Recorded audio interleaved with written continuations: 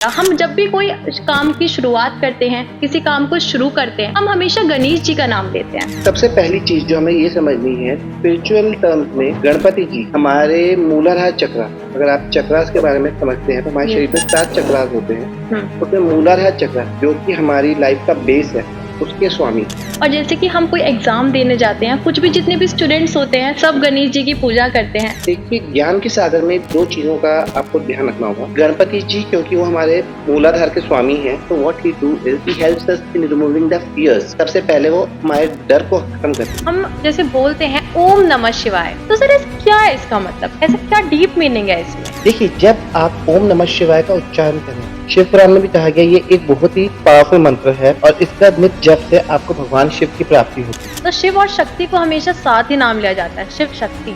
क्यों ये एक दूसरे के बिना क्यों अधूरे हैं? जब शिव या शक्ति में से कोई भी एक खत्म हो जाता है या मतलब कुछ हो जाता है, ये दोनों एक दूसरे के बिना रह ही नहीं सकते और ये दोनों एक दूसरे के बिना नहीं रह सकते। इसका मतलब पूरा विश्व ही खत्म होने की कगार पे है। तो सर जैसे कि क्रिस्टल्स होते हैं, क्या वो किसी की पर्सनैलिटी को या वाइब्स को भी चेंज कर सकते हैं? डेफिनेटली कि आपको 20 लोगों के आगे प्रेजेंटेशन देनी है और सारे कंपनी के बड़े बड़े लोग आए हुए हैं and this is your first time and you are like, उस टाइम पे आपके पॉइंट भी अच्छे हैं लेकिन आप वो चीज को हैंडल नहीं कर पा रहे, उसके लिए भी क्रिस्टल होते हैं। Hello and welcome to KZ talks. तो मैं अंशिका चौधरी आपका स्वागत करती हूँ आज के बहुत ही इंटरेस्टिंग और बहुत ही अमेजिंग पॉडकास्ट में। तो धर्म की बातें तो हर कोई करता है, सब करते हैं, लेकिन उसका मतलब हर कोई नहीं जानता है। तो आज हम बात करने वाले हैं गुरु की महिमा के बारे में, क्रिस्टल्स की महत्व के बारे में, वो अपने लाइफ को कैसे चेंज करते हैं उसके बारे में, और शिव जी और गणेश जी के बारे में। तो आज हमारे साथ हमारे बहुत ही खास गेस्ट आए हैं जिनका नाम है मिस्टर भव्य सूद। तो सर एक स्पिरिचुअल स्पीकर है, स्पिरिचुअल क्रिएटर हैं, एक एडवाइजर हैं एंड क्रिस्टल हीलर भी हैं। तो आज हम सर से बहुत सारी बातें करने वाले हैं और बहुत सारी चीजों को सीखने वाले हैं। तो वेलकम करते हैं सर का हमारे पॉडकास्ट में। वेलकम सर, आप कैसे हैं? बहुत बढ़िया, आप बताइए, हाउ आर यू? सर मैं भी ठीक हूँ, आप बताइए, आप सब बढ़िया? Yes sir. तो सर मेरा आपसे एक सवाल था, जैसे आप आए, आप बैठे, आपने एक वर्ड बोला जिसका नाम था गणपति बप्पा मोरिया। तो गणपति बप्पा मोरिया, हम जब भी कोई काम की शुरुआत करते हैं, किसी काम को शुरू करते हैं, हम हमेशा गणेश जी का नाम लेते हैं, उनकी पूजा करते हैं। तो उसका क्या महत्व है? उनको प्रथम पूजनीय क्यों कहा जाता है? देखिए, गणपति जी, सबसे पहली चीज जो हमें ये समझनी है, स्पिरिचुअल टर्म्स में गणपति जी हमारे मूलाधार चक्र, अगर आप चक्रास के बारे में समझते हैं तो हमारे शरीर में 7 चक्रास होते हैं। उसमें मूलाधार चक्र जो कि हमारी लाइफ का बेस है, उसके स्वामी।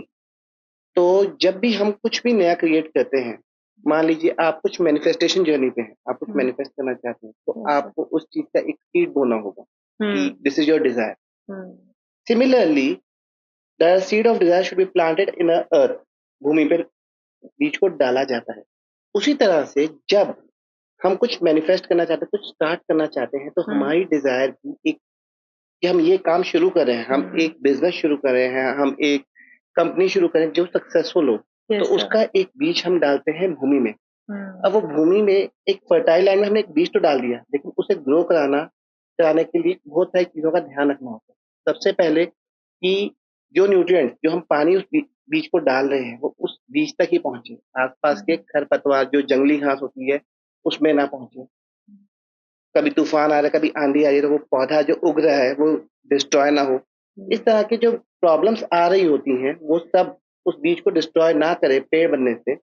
इसके लिए हमें कुछ ना कुछ करना होता है। इसी तरह से जो हम काम शुरू करते हैं, उसको सक्सेसफुली कंप्लीट करने के रास्ते में बहुत सारे ऑब्स्टिकल्स आते हैं। बहुत सारे नेगेटिव बिलीव्स हमारे सामने आके खड़े हो जाते हैं। बहुत सारे हमारे डिलेज, काम अचानक अटक जाता है और सालों साल अटका रहता है।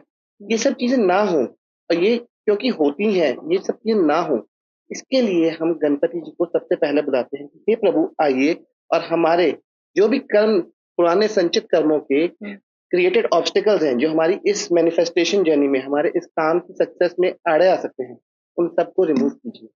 और यही चीज का वरदान भगवान शिव ने गणपति जी को दिया था, जिसकी वजह से हम उन्हें प्रथम पूज्य कहते हैं। आप किसी भी देवी देवता की पूजा करते हैं, आप सारा दिन भी करते हैं, लेकिन अगर आप गणपति जी की पूजा से वो स्टार्ट नहीं करते, तो आपको उसका फल नहीं मिलेगा। क्योंकि गणपति जी हैं जो आपका स्पिरिचुअलिटी का डोर, आपकी मटेरियलिस्टिक मैनिफेस्टेशन का डोर और आपकी लाइफ की हर चीज का डोर वही खोलते हैं। तो जब तक आप गणपति जी को आवाहन नहीं करेंगे तब तक वो विघ्न हटाएंगे नहीं, और जब तक विघ्न हटेंगे नहीं तब तक you can not achieve your goal. Fall करते और जैसे स्टूडेंट्स होते हैं या कोई भी होता है, हैं। ऑडियंस भी है हमारे साथ, तो जब भी हम हर चीज़ की शुरुआत से पहले गणेश जी को तो पूछते ही हैं। और जैसे कि हम कोई एग्ज़ाम देने जाते हैं, कुछ भी जितने भी स्टूडेंट्स होते हैं, सब गणेश जी की पूजा करते हैं। बोलते हैं कि गणेश जी को ज्ञान का सागर कहा जाता है। तो उसके बारे में आप क्या कहना चाहेंगे? देखिए, ज्ञान के सागर में दो चीजों का आपको ध्यान रखना होगा। एक ज्ञान है भौतिक ज्ञान, विच इज जो स्टडी हम स्कूल कॉलेजेस में कर रहे हैं, और एक है हमारा कॉन्शियसनेस का ज्ञान। गणपति जी क्योंकि वो हमारे मूलाधार के स्वामी हैं, तो what he do is he helps us in removing the fears. सबसे पहले वो हमारे डर को खत्म करते हैं। जैसे आप एग्जाम देने से पहले क्यों कहा जाता है गणपति जी को, बच्चों में एग्जाम फियर होता है कि what will happen if I won't pass the exam, मेरा एंट्रेंस एग्जाम है, अगर मैंने क्लियर नहीं किया तो साल बर्बाद हो जाए। ये चीजें जब होती हैं, ये सकता है जब क्लियर होते हैं, उन सबको गणपति जी रिमूव करते हैं। दूसरा चीज, गणपति जी को ज्ञान का देवता भी कहा जाता है, बुद्धि का देवता भी कहा जाता है, क्योंकि गणपति जी जटिल से जटिल समस्या को, बड़ी से बड़ी समस्या को बहुत चतुराई से सॉल्व कर देते हैं, अपनी बुद्धि से, अपने ज्ञान से। और इसीलिए ये भी माना जाता है कि गणपति जी वहां से भी रास्ता निकाल सकते हैं जहाँ कोई रास्ता नहीं है। अगर आप एक जंगल में स्टक हैं और आपके पास जीपीएस भी नहीं है, कुछ भी नहीं है, you are completely stuck and you are calling upon Ganpati, Ganpati has the power कि आपको वो उस जंगल से सही सलामत बाहर निकाल ले, क्योंकि उनको हर कठिनाई का फिर में से मार्ग निकालना आता है। इसीलिए उन्हें बुद्धि का देवता कहा जाता है, और इसीलिए उन्हें ज्ञान का देवता भी कहा जाता है। अब दूसरी चीज होती है जो हमारे कॉन्शियसनेस के ज्ञान की। बेसिक ह्यूमन आजकल के टाइम में तीन चीजों पे है, फूड, शेल्टर एंड क्लोथिंग। रोटी, कपड़ा, मकान, इसी पे ही जूझ रहा है। और इस कॉन्शियसनेस में हम लोग कई बार बहुत सारे नेगेटिव कर्मास भी कर जाते हैं, जैसे कि वर्क प्लेस कॉम्पिटिशन में बिजनेस पॉलिटिक्स हो गया, ठीक है, ऑफिस पॉलिटिक्स हो गया, एक को काट के दूसरे को बढ़ना। That particular thing my guruji used to call it as an animal consciousness, जानवर वाली सोच है।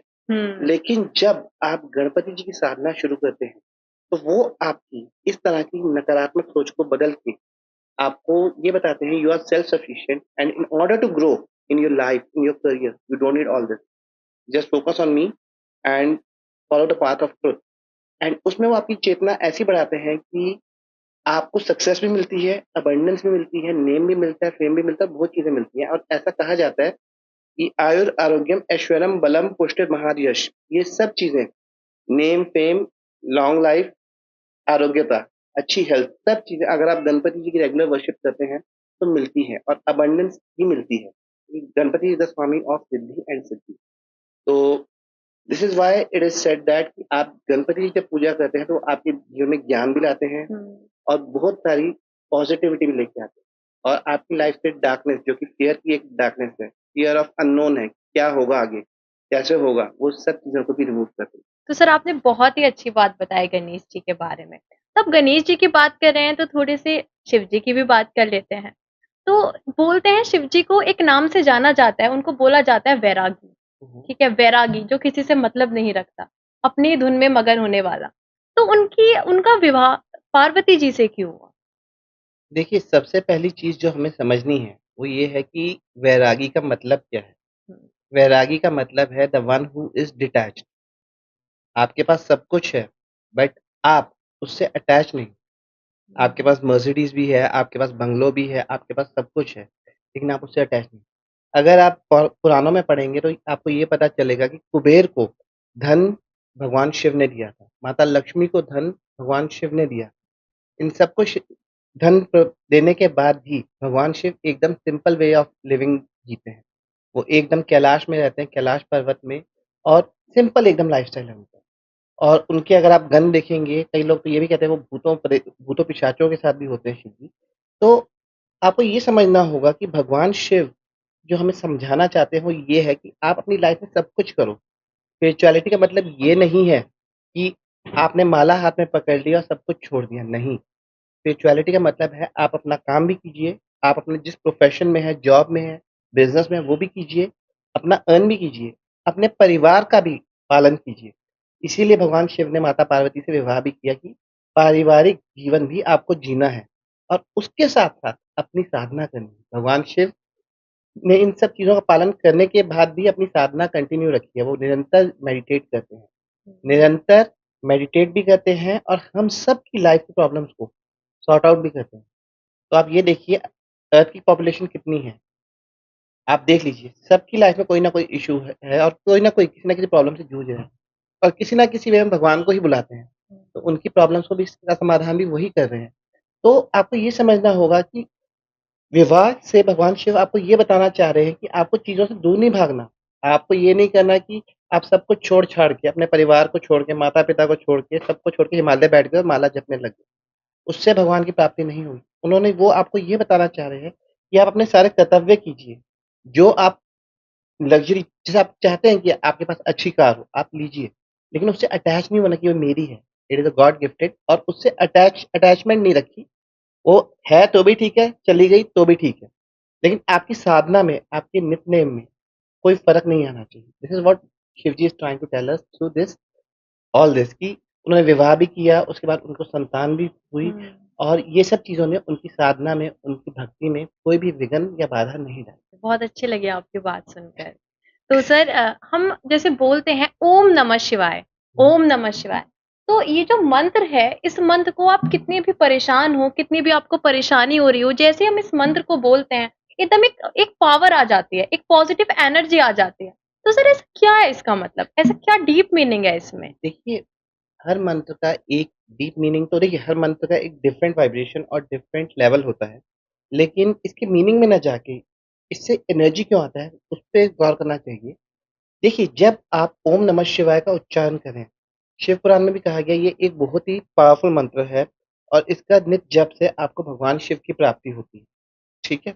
तो सबसे पहली चीज़ आपको ये समझनी है जब आप इस मंत्र से हम क्या कर रहे हैं? हम भगवान को याद कर रहे हैं, हम उस सोर्स ऑफ एनर्जी को याद कर रहे हैं। जब हम ओम नमः शिवाय बोल रहे हैं तो हम हमारा कंसंट्रेशन जा रहा है शिव जी की तरफ और शिव जी जब हम जिस सोर्स की तरफ जा रहे होते हैं ना, उसकी एनर्जी हमारी तरफ आने लग जाती है। मान लीजिए आपका कोई दोस्त है, जिसकी बहुत ही नेगेटिव एनर्जी है, जिसको नाम सुनते ही आपको चिढ़ मच जाती है। आप उसका नाम लेंगे ना अच्छे मूड में भी, तो आपका वो ना एक हुँ। ऑकवर्ड सी फीलिंग आने लग जाएगी। क्यों? क्योंकि उसकी नेगेटिव ऑरा आपको कहीं न कहीं आप अट्रैक्ट कर रहे हैं उसको याद करके। सिमिलरली जब हम मंत्र जाप करते हैं, मंत्र जाप में ये मैंने एक पॉडकास्ट में भी सुना था और कई लोगों ने ये बताया जब आप भगवान को निरंतर याद करते हैं, तो भगवान की ऊर्जा आपकी तरफ आने लग जाती है, भगवान की वाइब्रेशंस आपकी तरफ आने लग जाती हैं। जिससे सबसे पहले क्या होता है, आपका मन शांत होता है। जो आपको नेगेटिव विचार आ रहे होते हैं, वो शांत होने शुरू हो जाते हैं। कई बार हम गुस्से में होते हैं कि हमारा ये काम नहीं बन रहा, तो आपका गुस्सा भी धीरे-धीरे शांत होने लग जाएगा।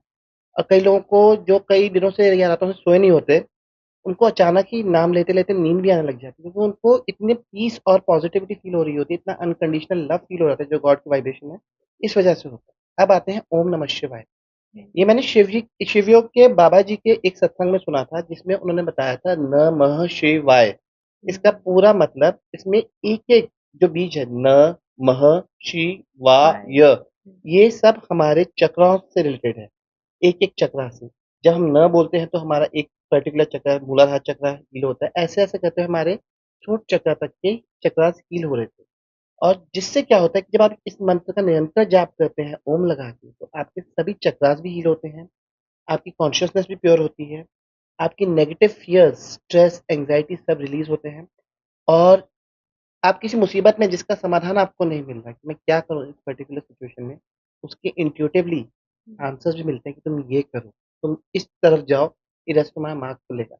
हो सकता है वो आपको स्टार्टिंग में लगे इलॉजिकल है, लेकिन जब भगवान इंट्यूटिवली कुछ गाइड करते हैं, तो वो आपके लिए रास्ता होता है और उससे आपकी उस समस्या का निदान होता है, अगर आप उसे फ़ॉलो करें विथ फेथ एंड बिलीफ। लेकिन यही है कि स्पिरिचुअल पाथ इज़ समथिंग जहाँ पे लॉजिक नहीं लगता। Yes sir. तो आप जैसे ही उस मंत्र को करेंगे, ओम नमः शिवाय को, एक तो आपका कॉन्शसनेस प्योर होना शुरू होगा, आपका एक कनेक्शन बनना शुरू होगा। इतना ही नहीं, ऐसा कहा जाता है कि जब भी हम माँ काली को और भगवान शिव को याद करते हैं, तो इमीडिएटली अपनी प्रेज़ेंस भी आपको शो कराएँगे।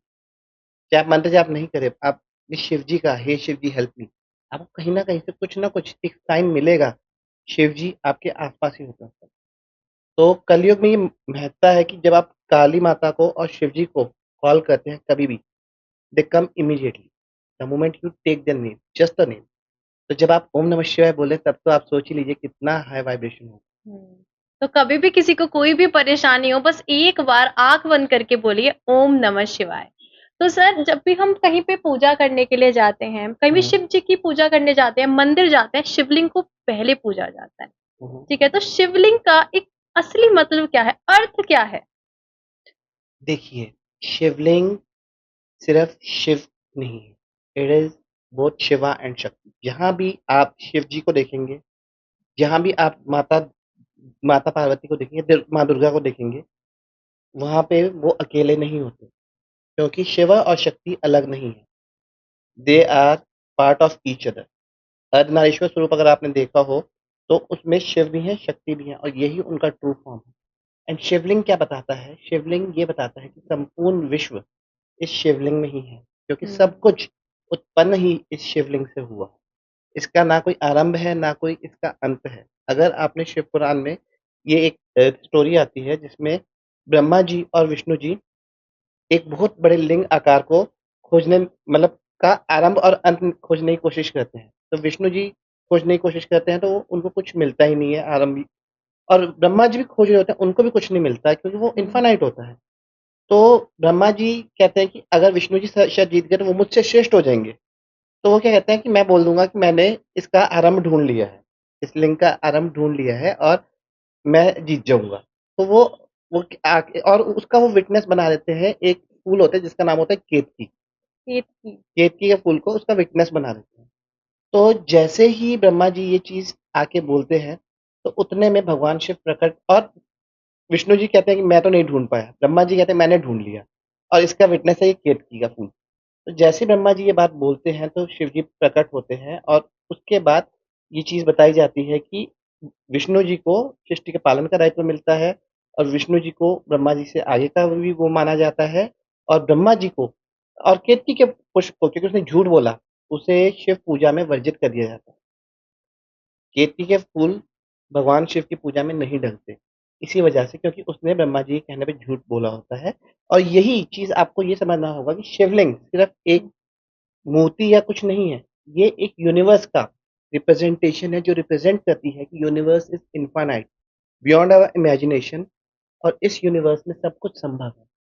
आप कुछ मैनिफेस्ट करना चाहते हो, चाहे आप अभी एक सैलरीड पर्सन हो जिसकी सैलरी हार्डली 30,000 है, और आप हुँ। चाहते हो कि मैं मल्टी मिलियनर बनूँ और जल्द से जल्द बनूँ।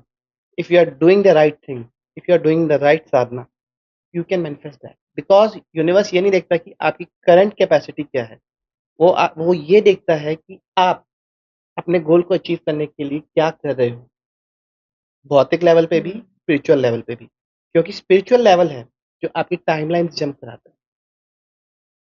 फॉर इंस्टेंस अगर आप चाहते हैं कि एक साल में मैं एक करोड़पति बनूं, और आप बहुत ज़्यादा भक्ति पूजा पाठ कर रहे हैं, स्टार्टिंग में आपको लगेगा कि 7-8 महीने तो निकल गए, कुछ हुआ नहीं, हुँ। और हो सकता है साल भी निकल गया, कुछ नहीं हुआ। लेकिन अगर आप पूरे फेथ से कर रहे हैं तो एक टाइम ऐसा आएगा, अचानक ऑल ऑफ द सडन ही वो चीज़ आपकी पूरी मैनिफेस्ट हो जाएगी। वो इसलिए होता है क्योंकि वो वाइब्रेशन यूनिवर्स आपकी देख रहा होता है, और जब वो वाइब्रेशन आपकी डिमांड से ऊपर हो जाती है, मान लीजिए आप 1 करोड़ मैनिफेस्ट करना चाहते हैं, और वो 1 करोड़ यहाँ वाइब्रेशन पे है और आप यहाँ पे हैं। द मोमेंट आपने साधना कर करके अपना वाइब्रेशन इतना कर लिया, तो ये प्रकृति की सृष्टि की ज़िम्मेदारी है, वो 1 करोड़ खुद चल के आपके पास है। किस वे में आएगा, कैसे आएगा, वो यूनिवर्स क्रिएट करता है। लेकिन if you have created your vibration to till that level, वो आना ही आना है, उसे कोई रोक नहीं सकता। ये नियम है सृष्टि का।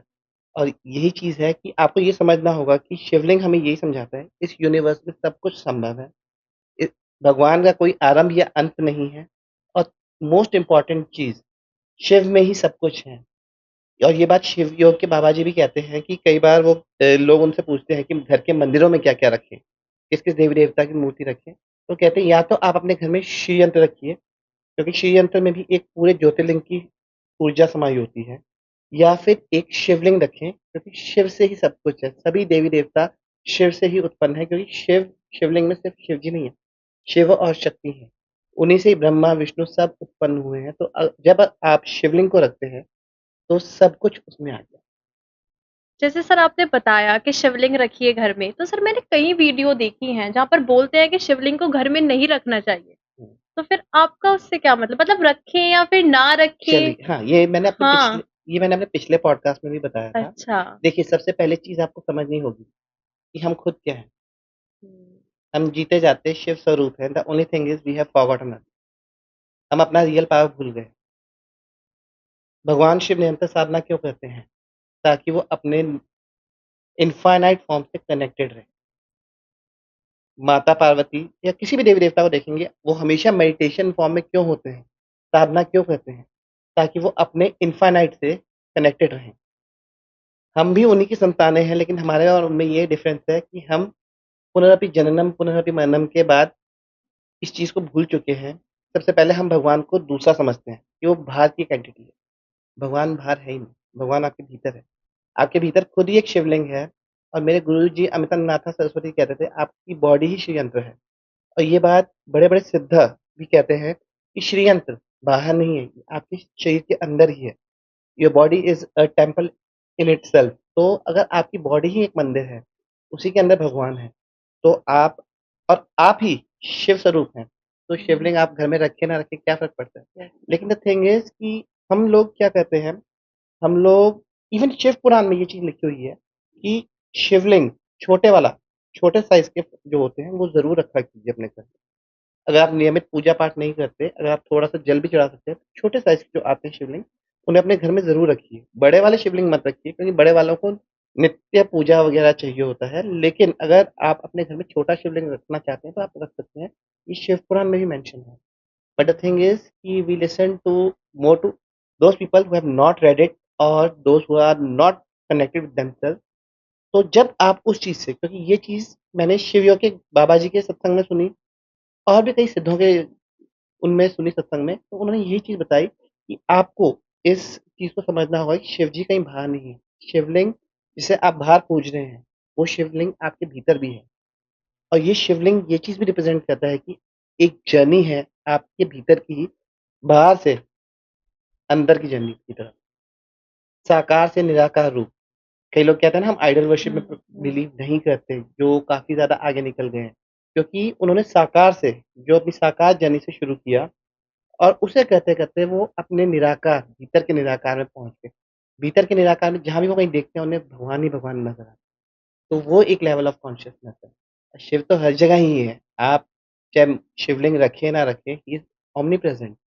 तो वो तो आपकी इच्छा है आप रखना चाहते हैं कि नहीं, लेकिन if you can keep it and worship him regularly, you will feel the energy and trust me मेरे घर में कितने शिवलिंग पड़े हैं, मैं खुद भी भूल चुका हूँ, लेकिन it never harmed me. In fact मुझे बहुत प्रोटेक्शन मिला है, मेरे को कई प्रॉब्लम्स सॉर्ट आउट हुई हैं उन शिवलिंग के थ्रू। सर आपने अभी एक बोला था कि शिव शक्ति, हुँ, हुँ। तो शिव और शक्ति को हमेशा साथ ही नाम लिया जाता है, शिव शक्ति। हुँ। क्यों ये एक दूसरे के बिना क्यों अधूरे हैं? इसका एक ही देखिए, इसके बारे में अगर आपको जानना है तो आपको माता ललिता त्रिपुर सुंदरी के बारे में समझना है। Who is she?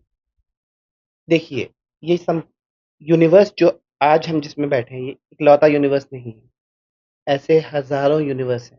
हमारी नॉर्मल साइंस कहती है कि यूनिवर्स ये वाला है जिसमें हम बैठे हैं और इसमें 9 प्लैनेट हैं। बट ब्रह्मांड पुराण के ललितोपाख्यान में ये मेंशन्ड है कि ऐसे कई हज़ारों यूनिवर्सेस हैं और हर यूनिवर्स में इंडिविजुअल ब्रह्मा, विष्णु, महेश हैं। और इन सब ब्रह्मांडों को जो रूल कर रहा है, वो है माता ललिता त्रिपुर सुंदरी और भगवान महाशिव, उनके हस्बैंड। अब ये दोनों अलग नहीं हैं। भगवान महाशिव आधार हैं, he is the base and देवी उनके ऊपर विराजित हैं। She is the jyoti. अगर आप एक जोत लेते हैं, तो आपको एक जोत चाहिए जिसमें आप घी डाल सकें और बत्ती लगा सकें, करेक्ट है? और उसके बाद आप जब अग्नि जला रहे हैं, तो जोत का बेस जिसमें आपने घी और बत्ती डाली, वो है भगवान शिव और ज्योति है शक्ति। अगर मान लीजिए बेस हट गया और घी नीचे गिर गया और बत्ती भी नीचे गिर गई, तो आग लगेगी जिसे कोई कंट्रोल नहीं कर सकता, करेक्ट है? जब ऐसा कभी हो जाता है, तो शक्ति अनकंट्रोल्ड फॉर्म में बहुत ज़्यादा आगे निकल जाती है, जिसे हम दश महाविद्या में एक देवी आती हैं, माता धूमावती, जिन्होंने भगवान शिव को गुस्से में निगल लिया था और उस समय पूरा विश्व ही एकदम डिस्ट्रक्शन की उसमें आ गया।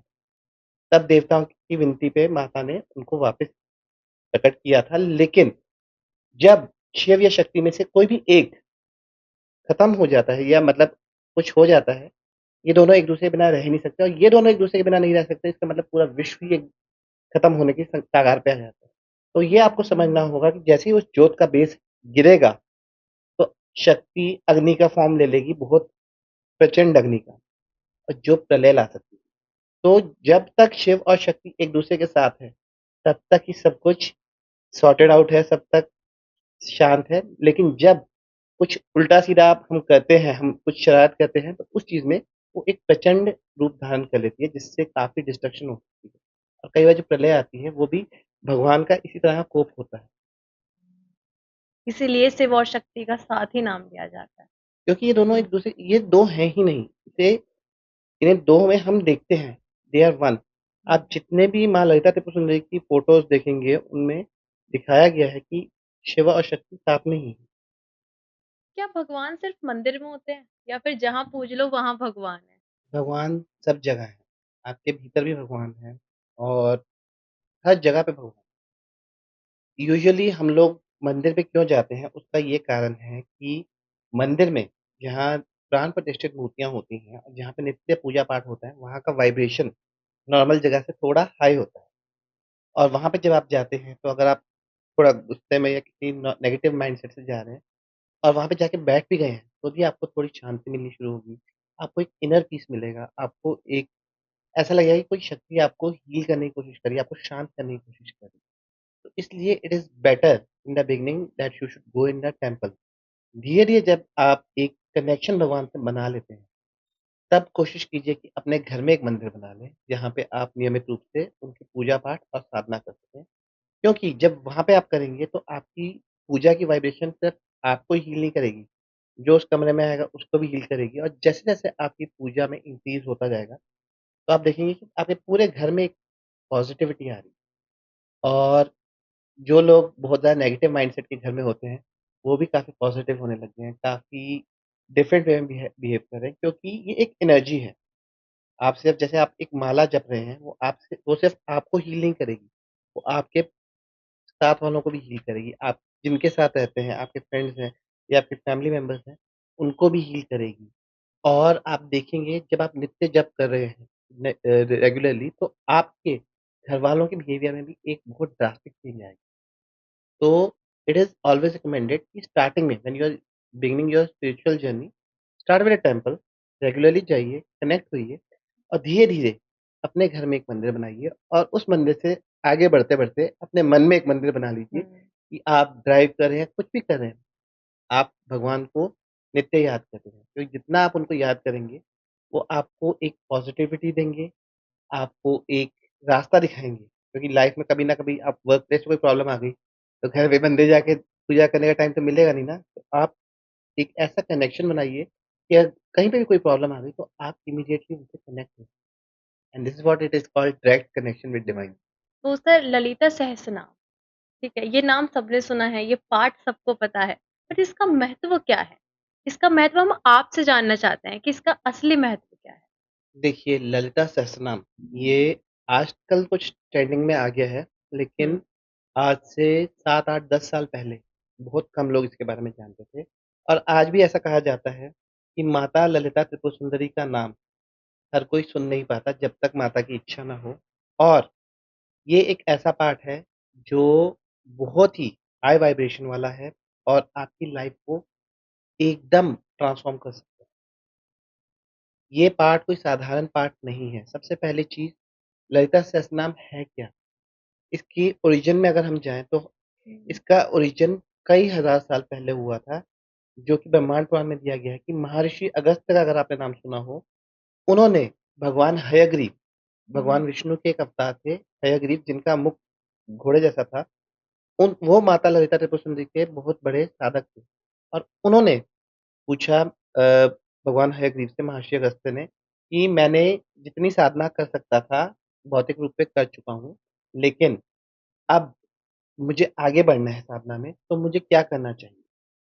तब भगवान हयग्रीव ने उन्हें ललिता सहस्त्रनाम की दीक्षा दी, दीक्षा मत उपदेश दिया था और कहा था कि आप इसकी साधना कीजिए। ललिता सहस्त्रनाम कोई साधारण सहस्त्रनाम नहीं है। ये 1000 नाम है माता ललिता त्रिपुर सुंदरी के, लेकिन एक-एक नाम जो इसमें है ललिता सहस्त्रनाम में, वो एक-एक महामंत्र है। अगर आप सिर्फ़ कोई एक नाम भी लेके माता ललिता सहस्त्रनाम में से एक भी नाम लेके उस पे रेगुलरली मेडिटेट करना शुरू करेंगे ना, तो भी आप देखेंगे कि आपको बहुत पॉज़िटिविटी आ रही है, एक अलग कनेक्शन बन रहा है, क्योंकि हर नाम एक अलग एनर्जी से कनेक्ट करवाता है और अलग आपकी लाइफ़ में ट्रांसफ़ॉर्मेशन लेके आता है। दूसरी चीज़, कई सिद्ध जो हैं, जो आज के टाइम में भी जो साधक हैं इस साधना के, वो ये कहते हैं कि it is an introduction of goddess Lalita Tripura Sundari to you. Basically इसमें वो अपना बताती हैं कि मैं कौन हूँ सबसे पहले। और ऐसा कहा जाता है कि माता ललिता त्रिपुर सुंदरी वो हैं जो बड़े से बड़े राज्य भी आपको प्रदान कर सकती हैं, आपकी लाइफ़ में सब कुछ कर सकती हैं। धर्म, अर्थ, काम, मोक्ष, सनातन धर्म के 4 पुरुष स्तंभ हैं। इन चारों को प्राप्त करवाना माता ललिता त्रिपुर का ही रोल है।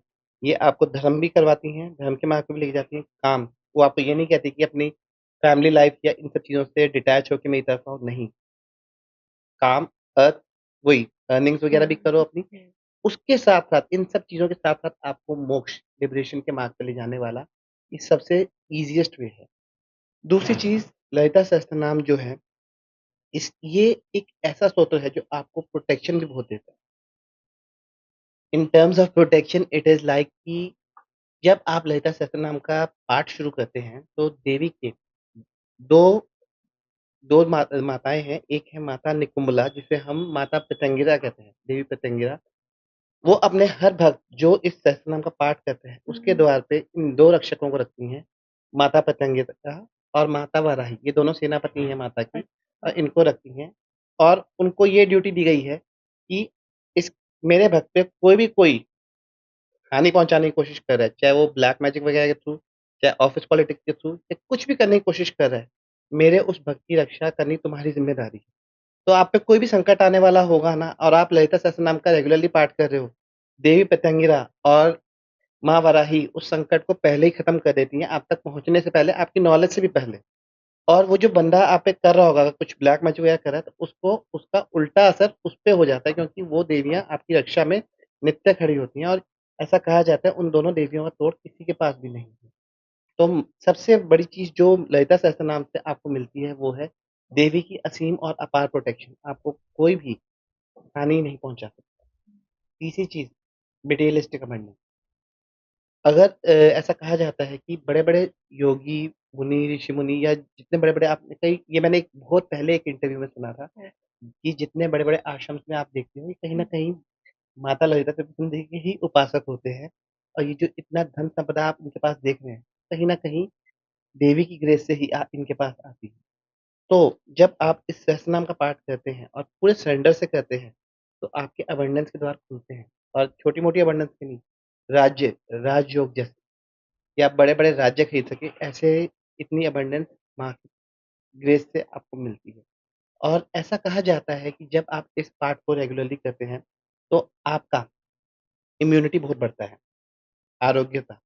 अगर आपको कुछ टर्मिनल डिसीज़ेज़ भी हैं और आप रेगुलरली इसका पाठ कर रहे हैं, तो उसमें भी उसकी हीलिंग में भी काफ़ी हेल्पफुल है, provided you are doing it with faith and not trying to test her. क्योंकि जब हम उन्हें टेस्ट करते हैं, तो फिर वो भी आप अपने टेस्ट लेती हैं। लेकिन जब आप पूरे फेथ और सरेंडर से कर रहे हैं, तो वो आपको उसमें भी हेल्प करती है। And the best part of this Sahasranama is कि जब आप इसे रेगुलरली करते हैं, तो कहा जाता है कि आपकी जैसे आपने बचपन में कोई डिज़ायर थी, मैं ये करूँगी, आप भूल गए। वो डिज़ायर अपने आप वो पूरी करती है। जब आप शरणागति होके देवी की के इस सहस्त्रनाम का रेगुलर पाठ करती हैं, तो वो आपकी उन डिज़ायर्स को जिन्हें आप भूल चुके हैं, वो भी पूरी होती हैं। और सबसे इम्पोर्टेंट चीज़ ये है कि इस सहस्त्रनाम को कहा जाता है कि एक सहस्त्रनाम का एक जप कई करोड़ गंगा स्नान के बराबर है। तो आप सोच लीजिए कितना पावन और कितना पवित्र सहस्त्रनाम है। और ऐसा माना जाता है कि जब आप इसे नियमित रूप से करते हैं, तो आपके मन में जो नेगेटिव विचार आ रहे हैं, नेगेटिव बिलीव्स आ रहे हैं या अपने प्रति लेके कुछ शंकाएँ हमारे मन में होती हैं, कि वी कैन डू दिस और नॉट, वो सब रिलीज होनी शुरू हो जाती है और आपके अंदर एक इनर कॉन्फिडेंस आता है। माँ दुर्गा और माँ ललिता त्रिपुरा सुंदरी में एक चीज जो है, उनके साधक के मुख पे एक तेज होता है। आप हजारों लाखों की भीड़ में उस बंदे को दूर से पहचान जाओगे।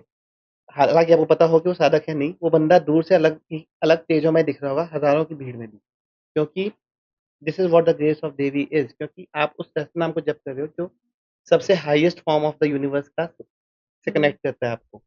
तो आप लाखों करोड़ों की भीड़ में भी दूर से नजर आते हैं।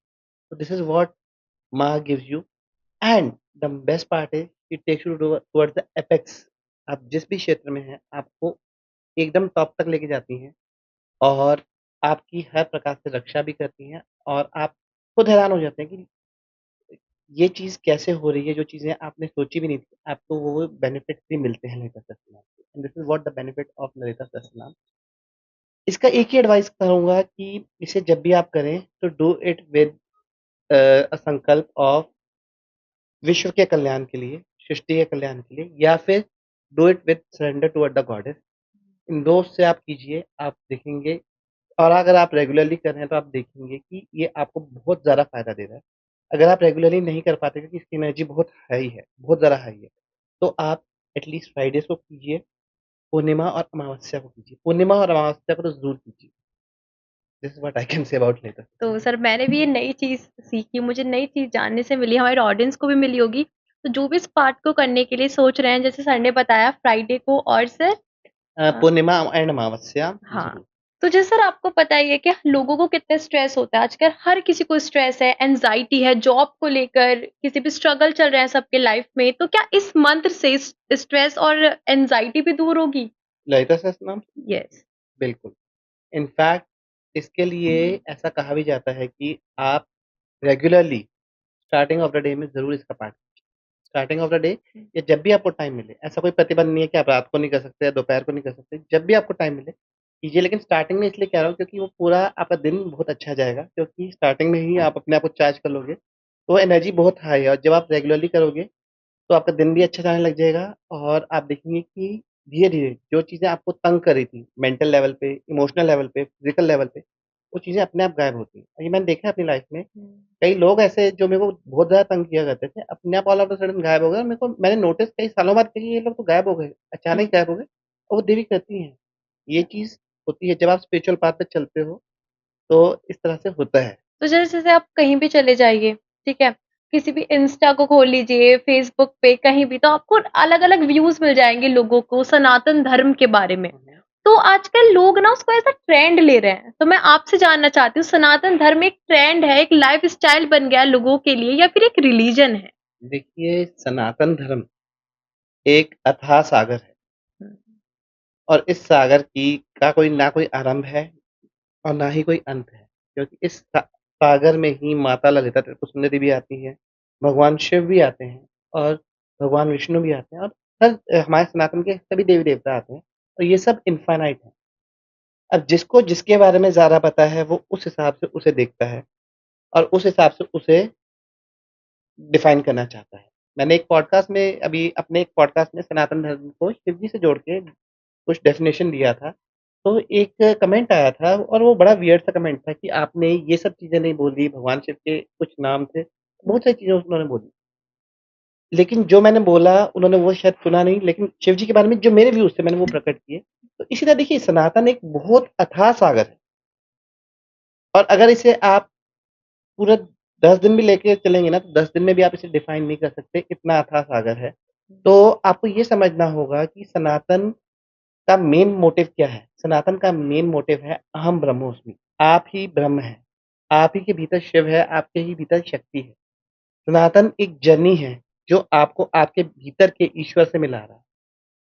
नर से नारायण की तरफ लेके जा रहा है, और इस नर से नारायण की जर्नी में ही सभी आपके इष्ट देव, आपके गुरु, आपके आराध्य सब आते हैं, जो आपको आपके फाइनल डेस्टिनेशन यानी एनलाइटनमेंट की तरफ लेके जा रहे हैं। क्योंकि वहीं पे जाके आपको ये पता चलेगा कि ईश्वर कोई दूसरा था ही नहीं। और ये कहा जाता है, कई सिद्ध बताते हैं कि दशम द्वार व्हिच इज़ द हाईएस्ट द्वार इन द स्पिरिचुअल साधना, वहाँ पे आपको किसी अलग देवी-देवता के दर्शन नहीं होते, उधर आपको आप ही के दर्शन होते हैं, because there is nothing else except you.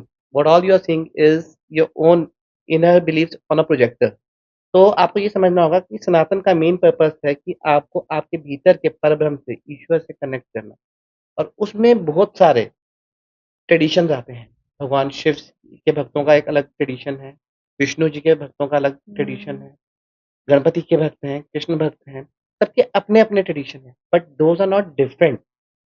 सब सबका जर्नी ले देखिए एक ही है, नर से नारायण का जर्नी, लेकिन क्योंकि हम सबको एक डिफरेंट मानते हैं, इसलिए हम डिफरेंट उसमें चले जाते हैं। हमारा डिफरेंट डेफिनेशन हो जाता है कि अगर शिव भक्त है तो उसे गले में रुद्राक्ष धारण करना है, कृष्ण भक्त है तो उसे तुलसी की माला पहन के ही प्रवचन करना है, ऐसा कुछ नहीं है। आपके भीतर क्या चल रहा है उससे ज़्यादा मैटर करता है। और सनातन में सबसे अच्छी चीज़ जो है, जो हमें सिखाई गई है, जो हम भूल चुके हैं कि आपको अपने घर गृहस्थी को नहीं छोड़ना, आपको अपने नित्य कर्म के साथ-साथ भक्ति करनी है। बेसिकली गीता में भी ये कहा गया है कि भगवान को याद करते-करते अपने कर्म करो। भगवान को की भक्ति करना तो करना ही है, लेकिन अब जैसे आप अपना काम कर रहे हो, तो कुछ आप उस समय भगवान को याद करते-करते अपना काम कीजिए। आपका काम भी अच्छा होगा, आपका मन भी शांत रहेगा और आप पॉज़िटिव भी रहेंगे और काफ़ी ज़्यादा कॉन्फिडेंट भी रहेंगे। तो ये चीज़ है जो हमारा सनातन सिखाना चाहता है, लेकिन हम कुछ और चीज़ों में ही ट्रेंड्स में ही खो गए हैं आजकल। तो this is what I would like. जैसे सर किसी को अपनी स्पिरिचुअल ग्रोथ करनी है, कोई स्पिरिचुअल ग्रोथ करना चाहता है, क्या वो बिना गुरु के संभव है? असंभव। देखिए, सबसे पहले आपको समझना होगा गुरु का मतलब क्या है? गुरु सिर्फ एक व्यक्ति का नाम नहीं है। गुरु is a form of Lord Shiva. भगवान शिव का ही एक फॉर्म है। एंड गुरु, यहाँ पे मैं उन गुरु की बात नहीं कर रहा जो कोई भी भगवा चोला बांध के आ गया और उसके बाद पंडित जी बन गए, या वो गुरु नहीं। I am talking about the Puran guru. गुरु का मतलब, अगर आप गुरु शब्द को डिवाइड करेंगे, गु और रू, अंधकार से प्रकाश की तरफ ले जाने वाले। जैसे मैंने अभी पहले कहा कि अभी जब हम मूलाधार चक्र की कॉन्शियसनेस में होते हैं तो हमारा यही होता है, रोटी कपड़ा मकान। और उसे प्राप्त करने के लिए ज़्यादा से ज़्यादा हम एक दूसरे को काटते हैं। कुछ बुरा करना पड़े किसी के साथ तो वो भी करने में चूकते नहीं हैं, क्योंकि हमारे मन में यही होता है कि ज़्यादा से ज़्यादा वी कैन अर्न। लेकिन जैसे आपके जीवन में पूरन गुरु, the one who is enlightened one, the one who is connected with Shiva, he come, वो आपको क्या करता है, वो आपकी चेतना, आपकी कॉन्शियसनेस को जगाता है। कई बार ऐसा होता है ना कि जैसे आप कोई गलत काम करने जा रहे हो, एक अंदर से आवाज आती है, ये काम मत करो। वो आपकी कॉन्शियसनेस, आपकी आत्मा की आवाज होती है और वो एक सही आवाज होती है। और जब आपके जीवन में पूर्ण गुरु आता है तो ऐसी आवाजें आपको बहुत ज्यादा आती हैं और वो आपको लेके जाते हैं एक पॉजिटिविटी की तरफ। गुरु का मतलब सिर्फ ये नहीं है कि उन्होंने आपको मंत्र दीक्षा दे दिया और काम खत्म उनका, नहीं। मंत्र दीक्षा एक आरंभ होती है गुरु भक्ति में। देखिए, गुरु जब आपको एक मंत्र दीक्षा देता है तो सबसे पहले वो क्या कर रहे हैं, वो आपकी पूरी जिम्मेदारी अपने ऊपर ले रहा है कि आपको प्रोटेक्ट भी करेंगे, आपको बिना बोले साधना भी आपसे करवाएंगे और आपकी जो विशेज़ हैं उनको मैनिफेस्ट करने में भी आपकी मदद करेंगे। ये सब आपकी लाइफ की छोटे से छोटे इवेंट की ज़िम्मेदारी सब पूरन गुरु पे आ जाती है।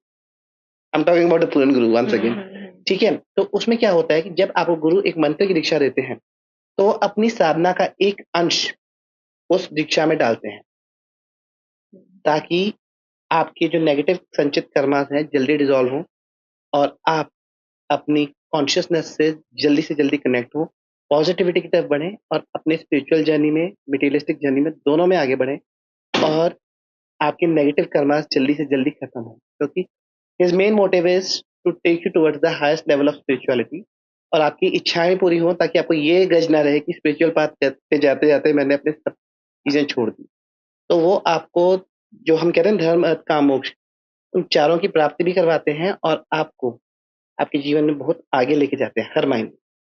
तो गुरु के बिना स्पिरिचुअल ग्रोथ संभव नहीं है, लेकिन पूर्ण गुरु का मिलना भी इतना ईज़ी नहीं होता। कई जन्मों के बहुत पुण्य जब जागृत होते हैं, तब जाके आपको पूर्ण गुरु मिलता है। और ऐसा कहा जाता है, मेरे गुरुजी कहते थे, जब 7 जन्मों के पुण्य, आपके 7 जन्म के पुण्य आपके बहुत ज़्यादा हों और 7 जन्मों से आप गुरु की खोज कर रहे हो, तब जाके आपको एक पूर्ण गुरु मिलता है। तो अगर आपकी लाइफ में एक पूर्ण गुरु है, तो आप समझ लीजिए कि आपके पुराने पुण्य बहुत जागृत हुए, तभी he was able to come into your life. तो बहुत ही अच्छी बात मिली मुझे गुरु के बारे में जानने के लिए आपसे। तो लोग क्या करते हैं, गुरु को ही भगवान मान लेते हैं, ठीक है कि गुरु ही भगवान है, लेकिन इन दोनों में बहुत अंतर होता है। तो उसके बारे में बताइए कि गुरु और भगवान में क्या अंतर है? देखिए, सबसे पहली चीज़ जो हमारे शास्त्र कहते हैं, गुरुर्ब्रह्मा, गुरुर्विष्णु, गुरुर्देवो महेश्वरा, गुरु साक्षात परब्रह्म तस्मै श्री गुरुवे नमः। देखिए, गुरु की महिमा अगर आप समझना चाहेंगे, तो गुरु को ईश्वर से ऊपर का स्थान दिया गया है, पूरन गुरु को। क्यों? इसका रीज़न मैं आपको बताता हूँ। जब आप भगवान से प्रार्थना करते हैं कि भगवान मुझे ये चाहिए, वो चाहिए, कुछ भी चाहिए, भगवान सीधा कहते हैं तथास्तु, ठीक है? वो ये नहीं देखेंगे कि उस चीज़ से तुम्हें नुकसान होगा, तुम्हें फ़ायदा होगा, वो कुछ नहीं देखेंगे, वो सीधा कह देंगे तथास्तु। और शिव जी ये करते हैं, वो बिना सोचे-समझे तथास्तु बोल देते हैं। लेकिन जब आपके जीवन में पूर्ण गुरु आते हैं, तो वो सबसे पहले ये देखते हैं जो चीज़ आप माँग रहे हैं, उससे आपका नुकसान है या फ़ायदा है। आप लॉन्ग टर्म में इस चीज़ को प्राप्त करके रोएँगे या आप खुश रहेंगे और वो चीज़ आपके लिए कितनी सही है। पूर्ण गुरु पहले वो चीज़ देखते हैं। अगर उस चीज़ को देने के बाद आप पे कोई संकट आने वाला है, तो वो आपको वो चीज़ देंगे ही नहीं, ताकि आप आगे जाके दुखी ना हो। लेकिन अगर वो चीज़ आपके भले के लिए है, आपको स्पिरिचुअल ग्रोथ भी देती है, आपको खुश भी रखती है और आपके जीवन में आगे ग्रोथ के रास्ते भी खोलती है, तो आपको बहुत अच्छे से उस चीज़ को प्राप्त करने में मदद भी पूरी तरह से वो करेंगी। और यही महिमा है गुरु की। दूसरी चीज़ ये है, जब आप पे कोई संकट आने वाला हो, जब आप पे संकट आने वाला हो और आपके साथ पूर्ण गुरु हो ना, तो गुरु आपके बुरे कर्म, आपके संकट अपने ऊपर लेता है।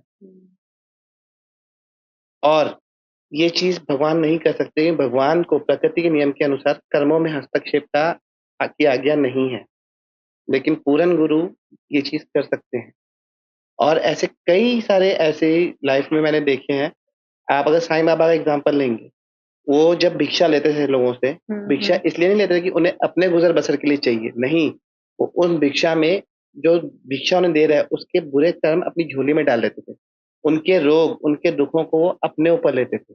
इसलिए जब आप कई लोगों ने देखा था कि साईं बाबा की कई प्रॉब्लम्स होती थी फिज़िकल फॉर्म में, वो इसीलिए होती थी क्योंकि वो अपने भक्तों के, लोगों के कर्मों को अपने ऊपर ले रहे होते थे। और यही पूर्ण गुरु की महिमा है कि वो आपसे कुछ चाहते नहीं है रिटर्न में, क्योंकि वो खुद ही पारब्रह्म परमेश्वर का रूप है, वो सब कुछ क्रिएट कर सकते हैं। अगर वो आपके लिए आपकी विशेज़ मैनिफेस्ट कर सकते हैं, तो वो अपनी विशेज़ भी बहुत आराम से मैनिफेस्ट कर सकते हैं। But they are the form of god in a human form. वो आपसे बहुत प्यार करते हैं और वो ये नहीं चाहते कि आप सफ़र करें। इसलिए जो चीज़ें आप नहीं झेल सकते, वो अपने ऊपर लेते हैं। और इसीलिए गुरु को भगवान से ऊपर का दर्जा दिया गया। और इसीलिए आपको ये समझना होगा कि there is a lot of difference. हम आजकल पंडित को भी गुरुजी कहते हैं। कोई भगवा चोला पहन के कुछ भाषण दे रहा है, उसके भी पैर पकड़ के गुरुजी बोल देते हैं, वो गुरु नहीं है। गुरु वो हैं जो आपको नर से नारायण की जर्नी पे ले जा सकते हैं। गुरु वो हैं जो आपके साथ अभी फिज़िकल फॉर्म में प्रेज़ेंट नहीं है, लेकिन तब भी वो आपके साथ हैं। गुरु वो हैं जो आपके साथ 24 घंटे रहते हैं, चाहे आप सो रहे हो, वो आपकी ड्रीम स्टेट में भी रक्षा करते हैं और आपकी हर दिशा से रक्षा करते हैं। तो आपको ये समझना होगा, पूर्ण गुरु और कोई नहीं, भगवान शिव ही हैं जो ह्यूमन फॉर्म में आपको अपने से कनेक्ट करने के लिए आए हैं। तो this is what the what we can say about the purna guru. कि देखिए, गुरु वही है, इसीलिए गुरु को भगवान से ऊपर का दर्जा दिया गया है। गुरु ही ब्रह्मा, गुरु ही विष्णु, गुरु ही देव महेश्वरा। क्योंकि वो चीज़ें कर सकते हैं जो और कोई नहीं कर सकता। और एक चीज़ और इसमें बोलना चाहूँगा कि तीन लोक नौ खंड में गुरु से बड़ा ना कोई, करता कर ना सके कोई, गुरु करे सो होए। बेसिकली जो चीज़ कोई नहीं कर सकता, वो गुरु एक क्षण में कर सकता है। और ऐसे करोड़ों एग्ज़ाम्पल्स मैंने कई साखियों में, कई सत्संगों में सुने हैं, जिसमें गुरुओं ने वो चीज़ें कर दिखाई हैं, जो नहीं कर सकते। जो मतलब एक आम आदमी सोच भी नहीं सकता, कल्पना से परे है। तो इसीलिए गुरु को ईश्वर से ऊपर का दर्जा दिया जाता है। दूसरी चीज़ ये है कि जब अब कई लोग कहते हैं हम गुरु को पहचाने कैसे कि वो पूर्ण है कि नहीं है? ये सबसे कॉमन चीज़ है। देखिए, सबसे पहली चीज़, पूर्ण गुरु को आपसे कुछ नहीं चाहिए होता। अगर वो आपको कहेंगे भी ना कि कुछ आप ये सेवा कर दो या वो कर दो, वो इसलिए होती है कि आपका ही कोई कष्ट या आपकी कोई प्रॉब्लम उन्हें काटनी होती है, आपका ही कोई संकट उन्हें काटना होता है। वो अपने लिए कुछ नहीं लेते। लेकिन अब पूरन गुरु को पहचाने कैसे? जिनकी प्रेजेंस मात्र से ही आपको आपका मन शांत हो जाए, एकदम शांत। सबसे पहली चीज वो है, जिसको देख के ही, इनसे भी आपने बात भी नहीं की, सिर्फ देख के मन शांत हो गया। इनको देख के ही आपको लग रहा है कि ये तो साक्षात भगवान बैठे हैं। और जस्ट उनसे बात करते ही, मतलब उनके वचनों को सुन के ही आपके मन को इतनी भौतिक शांति मिल गई है। ही इज द पूरन गुरु। लेकिन ये तो सिर्फ एक चीज है, ऐसी कई चीजें हैं। इसके लिए I will recommend go for गुरु चरित्र। गुरु चरित्र को पढ़िए। उसमें आपको पूरन गुरु की क्या योग्यताएं हैं, क्या कुछ, कैसे आप आइडेंटिफाई कर सकते हैं, वो बहुत ज़्यादा अच्छे से बताया गया है। लेकिन द थिंग इज कि एक सोल कनेक्शन होता है आपका पूरा अपने गुरु से। जब वो आपके सामने आते हैं तो आपका मन खुद आवाज देता है that is the one who is you. तो this is what the journey of guru and shishya है। तो सर की बात सुन के बस मेरे मन में भी एक ही ख्याल आया कि दिशा दिखाने वाले भगवान हैं और सही दिशा दिखाने वाले गुरु। हाँ, तो सर जैसे कि हम कॉलेजेस में जाते हैं, स्कूल में जाते हैं, गुरु मिलते हैं, टीचर्स मिलते हैं, ऑफिस में जाते हैं, तब भी हमें कोई ना कोई सिखाने वाला मिल ही जाता है एक गुरु के रूप में ही। लेकिन सच्चा गुरु कौन है? उसकी पहचान कैसे करें कि कौन हमारा सच्चा गुरु है जो हमें सही दिशा दिखा रहा है?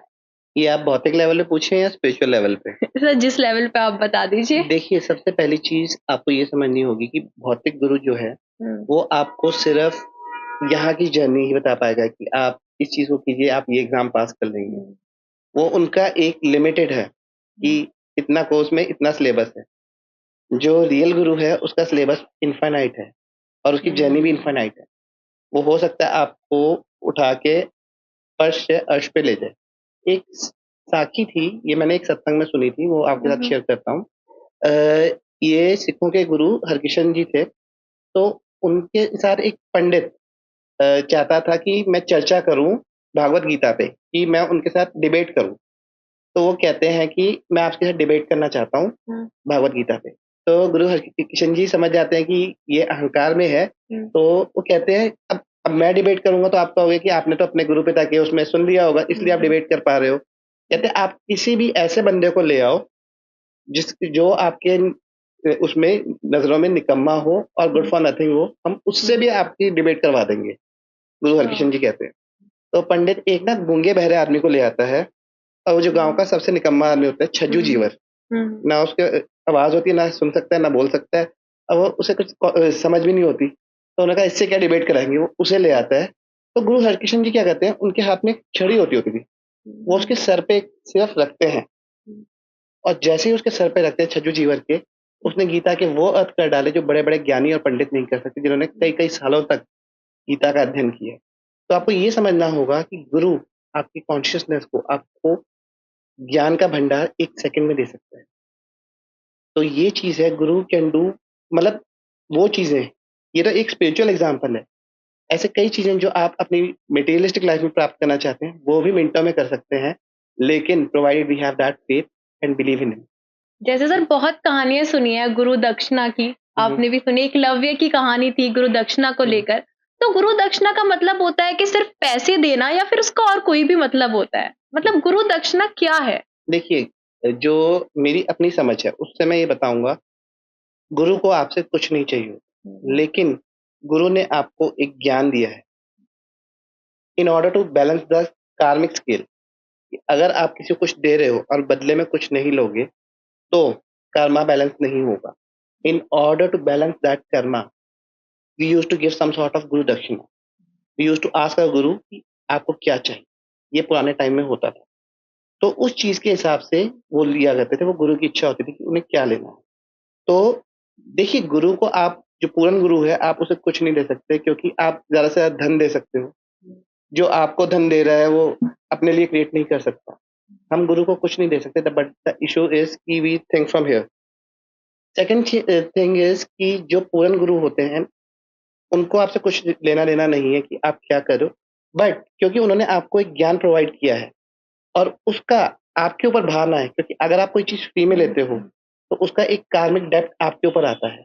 गुरु का ऋण तो वैसे भी हम नहीं, गुरु और माता पिता का ऋण हम वैसे भी नहीं उतार सकते, लेकिन वो कार्मिक डेप्थ आपके ऊपर ना आए, इसलिए अंत में as a token of gratitude ये प्रथा चली आई थी कि एक गुरु दक्षिणा आप देंगे। क्योंकि वो आप एक आभार व्यक्त कर रहे हो गुरु पे। इससे क्या होता है, जब आप ग्रेटिट्यूड देते हो तो आपने जो चीज ली है वो बढ़ती है। अगर आपने गुरु से ज्ञान लिया है तो वो बढ़ेगा। आपने कुछ साधना सीखी है, उस साधना का फल बढ़ेगा। जो भी ब्लेसिंग्स है वो मल्टीप्लाई होंगे। तो as a token of gratitude you have to give something to the guru, not as a key necessity. क्योंकि 25 वर्ष तक गुरु आपको उस समय रखते होते थे। 25 वर्ष के बाद सिर्फ एंड में आपसे एक गुरु दक्षिणा, उसमें क्या होगा? So this is what you need to understand. It was like a token of gratitude towards the guru. तो आज के युग में अगर हम किसी के सामने सत्संग की बात करते हैं तो सत्संग के आजकल के बच्चे क्या बोलेंगे, ओल्ड वाइब्स, है ना? कि सत्संग का नाम सुन के ऐसा आता है कि हाँ बस जाओ बैठ के प्रवचन सुनो। तो आपका उस बारे में क्या ख्याल है, मतलब कि आजकल के लोगों को उसका गलत मतलब पता है, क्या है? Actually, Kalyug, as per the wordings of various gurus, it is the best युग for the सत्संग। ये समा सबसे बेस्ट युग है सत्संग के लिए। क्योंकि आप मान लीजिए, देखिए जैसे मैंने आपको बताया लॉ ऑफ वाइब्रेशन, आप कुछ मैनिफेस्ट करना चाहते हैं और उसके लिए आपको वाइब्रेशन इंक्रीज करनी है। आपने एक आप अब मान लीजिए आपके पास समय बहुत कम है और आप मैनिफेस्ट करना चाहते हैं, तो आप जल्दी अपनी वाइब्रेशन कैसे बढ़ा सकते हैं? वो है सत्संग के थ्रू। देखिए सत्संग में सिर्फ ये नहीं है कि एक बंदा प्रवचन कर रहा है, सब सुन रहे हैं और फिर 2 भजन हुए और वो सत्संग। सत्संग ये भी हो सकता है कि 10 फ्रेंड मिलके एक कमरे में हनुमान चालीसा का जाप कर रहे हैं या ओम नमः शिवाय की सब माला जप रहे हैं। अब उसमें क्या होता है, ये मान लीजिए 10 लोग मिलके ओम नमः शिवाय की माला का जाप कर रहे हैं। तो और आप लोगों ने 1 घंटे में सबने 20-20 माला इंडिविजुअल लेवल पे की। तो टोटल कितनी मालाएं हो गई सबकी मिला के? 200। ठीक है। अब सत्संग की महिमा ये है कि 10 लोग थे, हर बंदे को 200 माला का फल मिलेगा। यानी 1 घंटे में आपने 200 माला का की ब्लेसिंग अपने जीवन में उतार ली। अब यही आप इंडिविजुअली देखिए, अगर आप 200 माला करने जाएंगे कितना टाइम लग जाएगा? तो आप सत्संग में कलयुग में इसीलिए कहा जाता है कलयुग तो महान है। ये एक सत्संग में सुना था, क्योंकि 1 घंटे में अगर आप 1 घंटा या 1 घड़ी 24 मिनट भी बहुत अच्छे से सत्संग को अटेंड करते हो ना, तो आपको कई-कई सालों की भक्ति का फल मिल जाता है। तो इसलिए सत्संग इस युग में, कलयुग में बहुत इम्पोर्टेंट है। और इसे अगर आप अटेंड करते हैं, तो इसमें ये है कि आप ज़्यादा कोशिश कीजिए, भजन चल रहा है उससे कनेक्ट होइए, जो मंत्र जाप चल रहा है उससे कनेक्ट होइए। प्रवचन जो है वो तो आपको सुनना ही है। बेसिकली प्रवचन तो बाद की बात है। पहले आप जब उस भजन को, आप उस मंत्र को अपने अंदर उतारेंगे तो आपकी कॉन्शियसनेस प्योर होगी। उसी के बाद वो प्रवचन भी समझ आएगा। प्रवचन पहले समझ नहीं आने वाला। जब तक आप उस चीज़ को, मंत्र को, उस भजन को अपने भीतर नहीं उतारेंगे, तब तक आपको कुछ नहीं समझ आने वाला, वो सामने वाला बोल भी क्या रहा है। नींद ही आएगी उसे क्योंकि वो चीज़ उसकी कॉन्शियसनेस समझ ही नहीं पाएगी। जब आप उस मंत्र को, भजन की वाइब्रेशन को अंदर लेके जाएँगे, तब आपको समझ आएगा कि वो आपको एक जीवन का एक ज्ञान बता रहा है। जो आप उसे उतारेंगे, तो आपका भी भला होगा और आपका बहुत डीप लेवल में फ़ायदा होगा।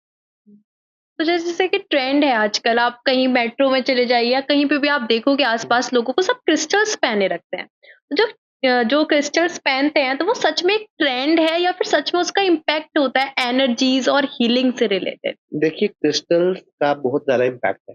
ये मैं इस काम में तब से हूँ जब ये ट्रेंड नहीं बना था।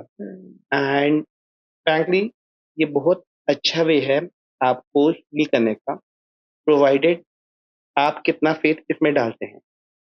देखिए अगर आपकी लाइफ में कुछ ऑब्स्टिकल्स आ रहे हैं और आप बहुत ज़्यादा एफर्ट मार रहे हैं, चीज़ें ठीक हो, सॉर्ट आउट हो, लेकिन वो सॉर्ट आउट नहीं हो, लेकिन आपने एक क्रिस्टल पहना और आपने उस पे ये बिलीव किया कि yes this will help me in healing my life obstacles, और आप ये अफर्मेशंस दे रहे हैं कि मेरा ऑब्स्टिकल्स रिलीज हो रहा है, मेरे ऑब्स्टिकल्स हट रहे हैं। तो एक टाइम बाद आप देखेंगे कि जो ऑब्स्टिकल्स बहुत ज़्यादा अड़ियल थे, जो हट नहीं रहे थे, वो भी हटने शुरू हो जाएंगे। जो चीज़ें बन नहीं रही थी, वो भी बननी शुरू हो जाएंगी। And this is why crystal works on the faith vibration. अगर आप उसे एक ट्रेंडिंग बन के समझ के पहनोगे तो वो एक ट्रेंड ही रह जाएगा, लेकिन अगर आप उसे एक फेथ के साथ पहनोगे ना कि this will work out for me, it will definitely give you result no matter in how much time. But आप जिस फेथ से, जिस वाइब्रेशन, जो वाइब्रेशन उसे दोगे, it will work out for you. Sir मेरा नेक्स्ट क्वेश्चन भी इसी से रिलेटेड था, मैं आपसे पूछने ही वाली थी। जैसे ऑडियंस में भी बहुत लोग हैं, तो मैं यही बोलना चाहती थी, क्या उसको बिलीवर्स ही पहन सकते हैं या फिर वो हर किसी पे इम्पैक्ट करेगा? देखिए इम्पैक्ट वो सब पे करता है। अब ये चीज में हम जो करते हैं मैं आपको वो बताता हूँ। बेसिकली क्रिस्टल्स एनर्जी अब्सॉर्ब करते हैं। तो हम क्या करते हैं, जहाँ पे हमारा इन्वेंट्री है, हमने एक ऐसी जगह पे इन्वेंट्री रखा है जहाँ 24 घंटे ही मंत्र जाप चलता है। तो क्रिस्टल्स क्या करते हैं, उस एनर्जी को एब्सॉर्ब कर लेते हैं, और जब आपका ऑर्डर आता है तो हम इमीडिएटली उसे शिप नहीं करते, हम उसे एनर्जाइज करते हैं, ब्लेस करते हैं, जिसमें हम 2 दिन अलग से लेते हैं। तो जब आपके पास एक एनर्जाइज और ब्लेस्ड क्रिस्टल, और जो ऐसी जगह पे पड़ा था जहाँ पे 24 घंटे ही मंत्र जाप चल रहा था, जब वो आप पहनोगे तो आपके अंदर उसकी वाइब्रेशन आनी शुरू होगी, उस मंत्र की, उस पॉजिटिव एफर्मेशन की, और वो जो ब्लेसिंग उसमें है उसकी वाइब्रेशन आनी शुरू होगी। धीरे धीरे उस नेगेटिव माइंडसेट वाले बंदे का भी माइंड थोड़ा थोड़ा ठीक होना शुरू होगा। एंड जब उसे रेगुलरली पहनेगा तो उसके अंदर भी धीरे धीरे बिलीव आना शुरू हो जाएगा। कुछ चेंजेस तो आ रहे हैं, थोड़े थोड़े ही सही, कुछ चेंजेस तो आ रहे हैं। ये मैंने काफी लोगों में देखा जो बिल्कुल नॉन बिलीवर भी थे, जो स्टार्टिंग में ले रहे थे, धीरे उनके अंदर चेंज आया, and they are still my regular client. तो ये चेंज आता है। देखिए, एनर्जी जो आप चीज में डाल रहे हैं वो काम करती है। क्रिस्टल्स आप कहीं से भी ले लीजिए, वो वर्कआउट तब तक नहीं करेंगे जब तक उसमें एनर्जी नहीं होगा। Energy is what in those crystals that is healing you. तो आपको वो चीज समझना हो। तो सर जैसे कि क्रिस्टल्स होते हैं, क्या वो किसी की पर्सनैलिटी को या वाइब्स को भी चेंज कर सकते हैं? डेफिनेटली। इनफैक्ट देखिए, क्रिस्टल क्या करता है, जैसे कि कई लोग हैं जिनको, जो ज़्यादा बोल नहीं पाते, पॉइंट्स बहुत अच्छे होते हैं उनके पास, वो बोल नहीं पाते। सामने 4 लोग देखे एंड दे आर लाइक मतलब कुछ भूल गया या फिर कुछ हो गया। तो उन केसेस में क्या होता है, उन केसेस में crystal help you in speaking your points fearlessly. Confidence को बढ़ाने हाँ के जी, लिए। कॉन्फिडेंस के लिए। स्टेज फियर एक होता है कि आपको 20 लोगों के आगे प्रेजेंटेशन देनी है, और सारे कंपनी के बड़े-बड़े लोग आए हुए हैं, and this is your first time, and you are like, मैं क्या करूँ? उस टाइम पे आपके पास पॉइंट्स भी अच्छे हैं, लेकिन आप वो चीज़ को हैंडल नहीं कर पा रहे, उसके लिए भी क्रिस्टल्स होते हैं। तो क्रिस्टल्स क्या करते हैं, जैसे कि इस केस में क्या होता है कि आपका थ्रोट चक्र ब्लॉक होने लग जाता है। आपके पास पॉइंट्स होते हैं, लेकिन आप एक्सप्रेस ही नहीं कर पा रहे, यार बड़े-बड़े लोग सुन रहे हैं। तो उस टाइम पे it helps, like chrysocolla is crystal which help you in such scenarios. Sodalite is the one help you in this scenario. तो ऐसे कुछ क्रिस्टल्स हैं जो आपको हेल्प करते हैं। तो सर जैसे नेगेटिविटी होती है, नेगेटिविटी फील कर रहे हैं हम, या फिर हमें नेगेटिविटी से बचना है, प्रोटेक्ट करना है खुद को, तो उसके लिए कोई क्रिस्टल है जो आप हमें सजेस्ट कर सकते हो? ज़रूर, देखिए, सबसे पहली चीज़ आपको ये समझनी होगी, नेगेटिविटी कई तरीके से आती है। जैसे कि आप जिस एनवायरनमेंट में रह रहे हैं, वो बहुत ज़्यादा नेगेटिव है। जैसे आप वर्क प्लेस पे काम कर रहे हैं, वहाँ के लोग बहुत नेगेटिव हैं। इन केसेस में आपको खुद को, अपनी एनर्जी को प्रोटेक्ट करना है, तो आप यूज़ कीजिए सेलेनाइट। सेलेनाइट बहुत अच्छा क्रिस्टल है जो आपको हर तरह की नेगेटिविटी से भी प्रोटेक्ट करता है, और उसके साथ-साथ वो आपको, कोई आपको कुछ नेगेटिव वाइब्स भेज रहा है, जैसे कि आपके प्रति कोई पॉलिटिक्स वगैरह करने की कोशिश भी कर रहा है, कुछ नेगेटिव वाइब भेजे, उससे भी आपको बचाता है। अब कई बार ऐसा होता है कि आप वर्क प्लेस पे ही हैं और आपके साथ वर्क प्लेस पॉलिटिक्स होने के चांसेस होते हैं कि आप अच्छा कर रहे हैं और बाकी लोग आपको काटने की कोशिश कर रहे हैं। तो उस केस में आप यूज़ कर सकते हैं टाइगर आई। टाइगर आई आपको सिर्फ़ नेगेटिव एनर्जी से ही नहीं बचाता, वो आपके हिडन एनिमीज़ से भी आपको बचाता है। उनकी प्लानिंग और प्लॉटिंग से भी आपको बचाता है, और उसके साथ-साथ वो आपको एक विल पावर और डिटर्मिनेशन देता है। जैसे कि आपको कोई ऐसा टास्क दे दिया जो आपको लगा नेक्स्ट टू इम्पॉसिबल है ऑफ़िस में परफ़ॉर्म करना, लेकिन वो आपका मोटिवेशन लेवल इतना हाई रखता है कि आप अपना 200% दोगे उस काम को करने में। तो अगर आपको ऐसा लगे कि आपका मोटिवेशन लेवल इतना स्ट्रॉन्ग नहीं है, या आपका एनवायरनमेंट इतना अच्छा नहीं है जहाँ पे आपको मोटिवेशन मिल सके, तो प्रोटेक्शन और मोटिवेशन दोनों के लिए आप टाइगर आई भी यूज़ कर सकते हैं। उसके अलावा अगर आपको कुछ फ़ियर रहता है ऑफ़िस में, कि फ़ियर ऑफ अननोन कुछ भी हो सकता है, तो यूज़ ईदर रेड जैस्पर और ग्रीन एवेंचुरिन गणपति लॉकेट, या फिर ब्लैक टर्मरिन। इनमें से आप कुछ भी यूज़ कर सकते हैं। These are very effective to protect you against any sort of negative. जैसे सर लैपटॉप्स का आजकल बहुत काम होता है, फ़ोन सब यूज़ करते हैं, पूरा दिन ही यूज़ करते हैं, और ऑफ़िसेज़ में भी सब वो मतलब लैपटॉप, फ़ोन सब इस्तेमाल करते हैं। उसमें से रेडिएशंस होती हैं जो काफ़ी हार्मफुल होती हैं सबके लिए। तो उनसे बचने के लिए कोई ऐसा क्रिस्टल है जो आप हमें बता सकते हो? जी हाँ, देखिए, इन केसेज़ में आप यूज़ कर सकते हैं शुगनाइट। इनफैक्ट मोबाइल फ़ोन रेडिएशन से बचने के लिए भी शुगनाइट एक बहुत अच्छा क्रिस्टल है। कई लोग क्या करते हैं कि एक रॉ शुगनाइट इतना छोटा-सा एक चिप जैसा आता है, उसे अपने फ़ोन के कवर में डाल देते हैं। बेसिकली शुगनाइट क्या करता है कि वो उन रेडिएशन को वो एब्जॉर्ब कर लेता है जो फ़ोन आपका रिलीज़ करता है। स्पेशली अगर आप किसी ऐसे काम पे जहाँ पे आपको फ़ोन ज़्यादा से ज़्यादा यूज़ करना है, तो आप शुगनाइट यूज़ कीजिए।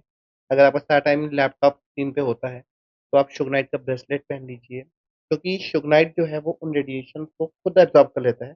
वो आपके माइंड पे या आपकी मेंटल हेल्थ पे इतना इम्पैक्ट नहीं पड़ने देता।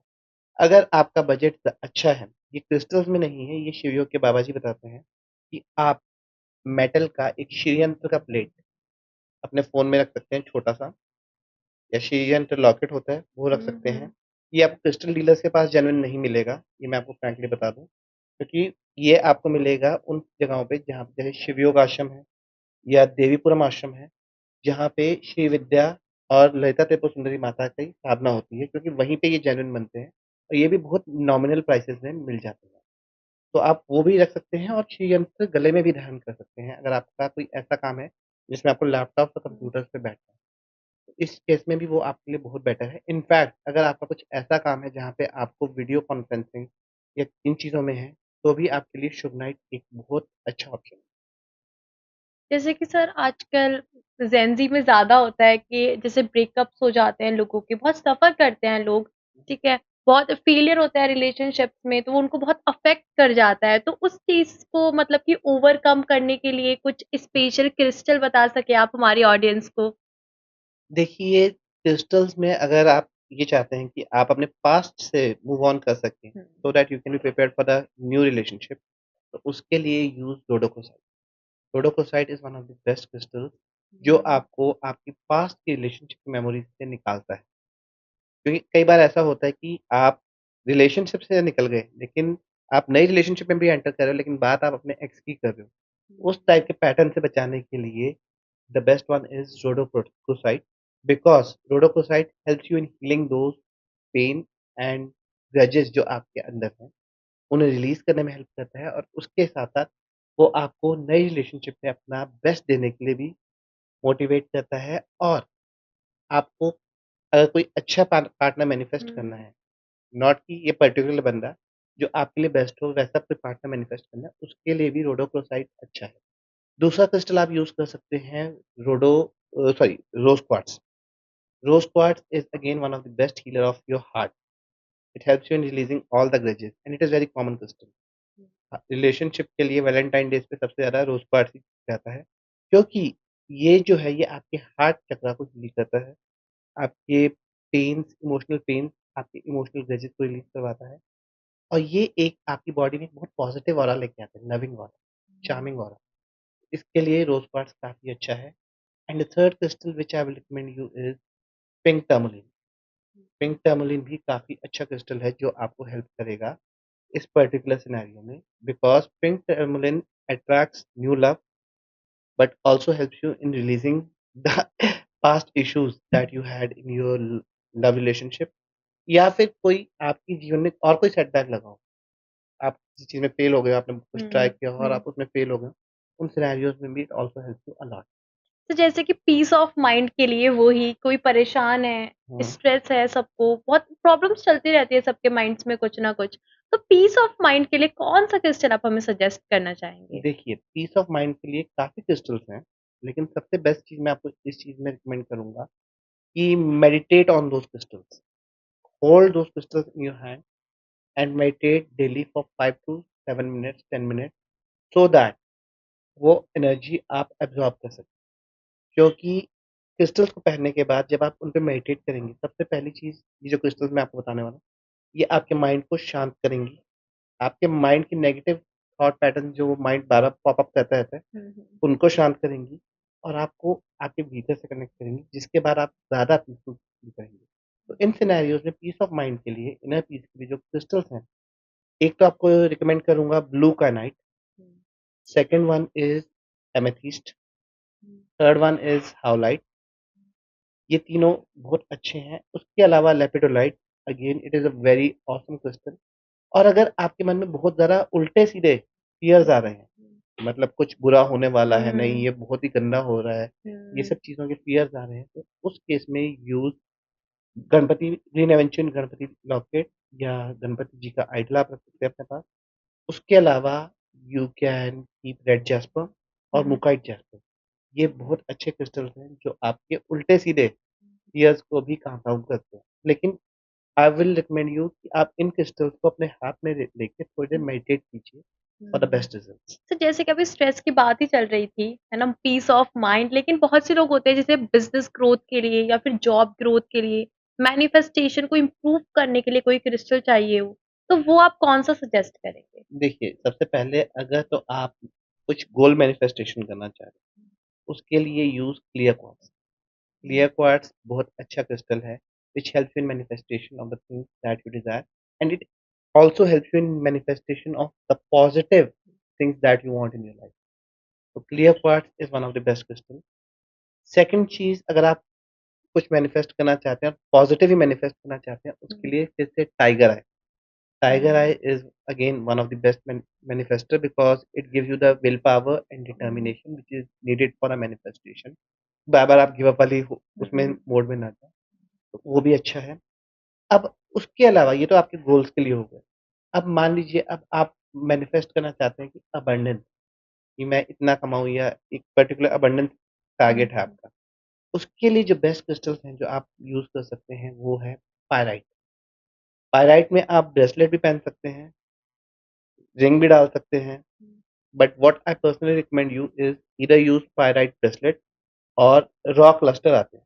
छोटा वाला ले लीजिए, बड़ा वाला ले लीजिए as per your budget. Take a raw pyrite cluster and hold it in your hand and meditate it for 5 to 7 minutes every day। और उसके बाद उसे अपने वर्क प्लेस की टेबल पे रख दीजिए या जहाँ पे आपका कैश बॉक्स है वहाँ पे रख दीजिए and do it daily. It is a wonderful attractor of abundance and success in your life. आपकी लाइफ में अपॉर्च्युनिटीज़ भी लाता है, अबंडेंस भी लाता है और उसके साथ-साथ नए तरीके से मतलब कोई नया चीज़ आप शुरू कर रहे हैं उसमें भी आपको ग्रोथ लाता है। उसके अलावा अगर आप अबंडेंस मैनिफेस्ट करने के लिए कुछ लेना चाहते हैं वो है अमेज़ोनाइट। Amazonite is also called as a gambler stone because it attracts a lot of abundance, a lot of new opportunities। और ये मतलब बहुत ही अच्छा है लेकिन provided you are using it with faith. उसके अलावा और भी क्रिस्टल्स हैं। क्रिस्टल्स एक हमारा कॉम्बिनेशन ब्रेसलेट आता है money magnet bracelet which is a combination of citrine, pyrite, tiger eye and green aventurine. It helps you in giving the will power, determination, new opportunities, रुके हुए कामों को सॉर्ट आउट करवा के अबंडेंस क्रिएट करना and protection.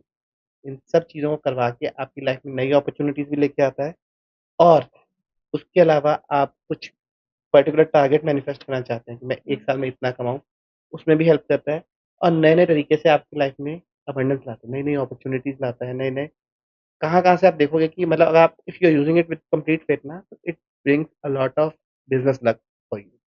उसके अलावा बहुत सारे ब्रेसलेट्स हैं, लेकिन अगर ब्रेसलेट्स है उसमें जाने के बजाय I would recommend you one more thing, yellow Cardi. Yellow Cardi is something which is favourite of goddess Lakshmi. अगर आप थोड़ी पूजा-पाठ भक्ति करते हैं, तो उन्हें आप लक्ष्मी पूजन में रेगुलरली यूज़ कीजिए। It is very helpful for attracting the grace of goddess Lakshmi and abundance and success। And same is with the Dakshinavati Shank, which is again also used in the Lakshmi Pujan। And ऐसा कहा जाता है कि अगर आप दक्षिणावर्ती शंख को नियमित लक्ष्मी पूजन में यूज़ कर रहे हैं, आप बहुत अबंडेंस अट्रैक्ट करते हैं। बहुत इनफाइनाइट अबंडेंस जिसे कहते हैं ना, क्योंकि दक्षिणावर्ती शंख को कई लोग ये भी कहते हैं कि ये रंग को भी करोड़पति बनाने का वो कैपेबिलिटी रखता है, provided you are using it with complete faith and you are worshipping goddess with complete faith. तो it is one of the best crystals as per me. तो सर जैसे कि हमें वर्क प्लेस हो गई या फिर हमारा बिज़नेस हो गया, ठीक है? या फिर कोई भी हमारा होम हो गया, घर हो गया हमारा, घर को नेगेटिविटी से बचाने के लिए आप कौन से क्रिस्टल को सजेस्ट करोगे? देखिए, अगर तो आप घर में रखना चाहते हैं, तो आप ब्लैक टर्मरिन रॉ रख सकते हैं। एक बाउल लीजिए, उसमें नमक रखिए और उसमें ब्लैक टर्मरिन रॉ का क्लस्टर छोटा-सा रख दीजिए और वो घर के सेंटर में रख दीजिए। It is very helpful. वो सब तरह की नेगेटिविटी एब्ज़ॉर्ब कर लेता है और घर में पॉज़िटिविटी स्प्रेड करता है और आफ्टर अ वीक उस नमक को फ्लश कर दीजिए, नया नमक डाल के उसी क्लस्टर को रख दीजिए। सेकंड चीज़ अगर आप यूज़ करना चाहते हैं और ये चीज़ घर के वास्तु दोषास को हील करने के लिए भी यूज़ होती है, that is a Gomti chakra pyramid. which is very powerful attractor of positivity, releases the negative energies, and आपके घर में कोई वास्तु दोष है उसे भी हील करता है। थर्ड थिंग, अगर आपको यूज करना है अपने घर के मंदिर में, you can place either small green aventurine Ganpati idol या रोज क्वार्ट्ज गणपति आइडल, या फिर छोटा शिवलिंग, या फिर आप हनुमान जी की एक रेड कोरल भाटी में एक मूर्ति आती है उसे भी रख सकते हैं। These are very attractor of very much positive attractors of energy. ये बहुत पॉजिटिविटी लाते हैं। अगर आप घर में नियमित रूप से दिया दिया बत्ती कर रहे हैं और इनमें से कुछ भी कोई भी एक आइडल भी आपके यहाँ पे है और थोड़ा बहुत भी पूजा पाठ करते हैं, तो आप देखेंगे घर में बहुत पॉजिटिव एनर्जी आ रही है, क्योंकि ये बहुत ज़्यादा पॉजिटिविटी अट्रैक्ट भी करते हैं और घर में से हर तरह की नेगेटिव एनर्जी, नेगेटिव वाइब्स को रिलीज़ करते हैं। उसके अलावा भी काफ़ी सारे क्रिस्टल्स हैं, but these are the best ones which I personally recommend. तो जैसे कि वर्क प्लेस है, वर्क प्लेस की टेबल पर या फिर हमारे बिजनेस कैश बॉक्स पर कोई भी क्रिस्टल हमें रखना हो, ठीक है, जैसे कि जो अट्रैक्ट करे मोर क्लाइंट्स को, ठीक है, तो उसके लिए कोई सजेशन आपका?